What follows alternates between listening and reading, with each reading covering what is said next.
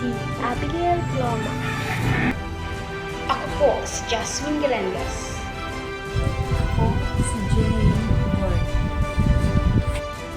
Magna Carta Law, tunay na isa ng batas, proteksyon sa karapatan ng mga Pilipinong tribulante, ang pangunahing layunin ng batas na nilagdaan ni President Ferdinand Marcos Jr.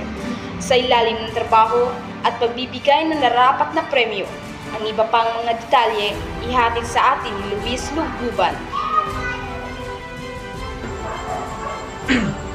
Ayon kay President Marcos, protektahan ng bagong batas na ito ang mga Pilipinong Pinoy laban sa mga pang-aabuso sa pamamaraan ng paglalagay ng mga malinaw na mekanismo. Masisiguro rin ito na ang mga lisensyadong mining agency lang ang papayagang mag-recruit ng mga tripulante upang maiwasan ang pagsasamantala. Dapat ang iyan. Noon pong mga pinarang ang problema ng mga ugas ng mga estudyante. Ngayon, gumagamit na ng artificial intelligence o AI sa gawain na pinangangambahan ng mga guro. Ang iba pang detalye ihahatid ni Gerald Dominguez. Sa sektor ng edukasyon, patuloy ang paglakas ng paggamit ng Artificial Intelligence o AI sa mga gawaing pang-akademiko ng mga estudyante.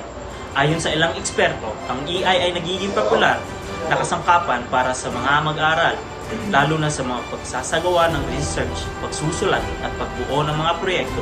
Subalit, nangangamba ang ilang guro at mga eksperto sa edukasyon na maaaring epekto ng labis ng pagdepende ng mga mag-aaral sa teknolohiyang ito. Ayon sa Department of Education, malaga ang wastong gabay at regulasyon upang masiguro na ang AI ay magiging kasangkapan lamang ng pagkatuto at hindi mapapalit ang tunay na pagsisikap ng mga estudyante. Patuloy itong ipinaalala ng mga eksperto na ang AI ay dapat gamitin bilang tool na makakatulong sa pagpapalawak ng kaalaman. Dating Pangulong Rodrigo Duterte's War on Drugs. Patuloy na pinapalakas ng mga pahayag ni dating Pangulong Rodrigo Duterte ang mga diskusyon patungkol sa kanyang War on Drugs. Inamin ni Duterte na tinatanggap niya ng buong at legal na pananagutan ang mga pagkilos na isinasagawa o sinagawa ng mga pulis sa ilalim ng kanyang administrasyon. Ang iba pang detalye, ibabalita ni Mark Arado. Magandang gabi. Ayon sa kanya, hindi siya magsisisi sa mga hakbang na ginawa niya upang protektahan ang mga mamamayang Pilipino laban sa illegal na droga. Sa kabila ng mga pahayag na ito, patuloy ang mga obligasyon tungkol sa mga high-profile na pagpatay na sa mga nangyari sa panahong kanyang administrasyon, kabilang na ang mga lokal na opisyal na Mayor Ronaldo, Arlo Sinog at iba pa. Ang Senado ay magsasagawa ng mga pagdiring upang masusing imbestigahan ang mga kaso ito kung saan maaring lumitaw ang testimonya tulad sa mga sinampa ni Duterte mismo. Gayunpaman, maraming mga human rights groups ang nangangailangan sa mga opisyal na bilang ng mga namatay. Na tinatayag nasa 6,200 na ang namatay sa operasyon ng pulisya. Ngunit may mga nagsasabing maaring umabot sa 30,000 ang kaubuang bilang ng mga biktima. Mga artista at social media influencer tatakbo sa eleksyon 2025. Sa eleksyon 2025, hindi lang mga tradisyonal na politiko ang sasabak, kundi pati na rin ang mga personalidad mula sa telebisyon at social media. Sa tala ng GMA News, aabot sa 91 celebrity at social media influencer ang naghain ng kanilang kandidatura para sa iba't ibang mga posisyon. Kasama na rito ang ilan sa mga kilalang mga personalidad na tatakbo bilang isang senador. Ang iba pang mga detalye ihahatid ni Charles Lorono. Ang mga kilalang personalidad ay maring maging mga makapangyarang kandidato dahil sa kanilang kasikatan at kakayahang makainganyo ng suporta sa social media. Gayunpaman, ayon sa Legal Network for Truthful Election, ang kasikatan ay hindi sapat para magtagumpay sa politika.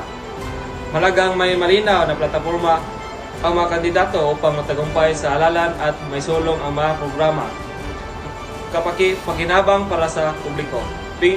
Bilang pagsunod sa mga patakaran ng COMELEC, hindi rin pinayagan ang mga artistang kandidato na ipalabas ang kanilang mga programa o pelikula sa panahon ng kampanya upang masigurong patas ang laban.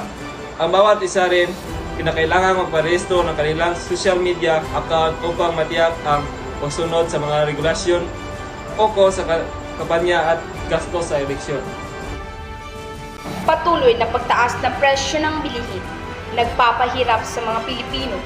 Muling bumabalik sa sentro ng usapan ang pagtaas ng mga presyo, mga bilihin sa bansa, na nagpapahirap lalo na sa mga kababayan nating nasa mababang kita.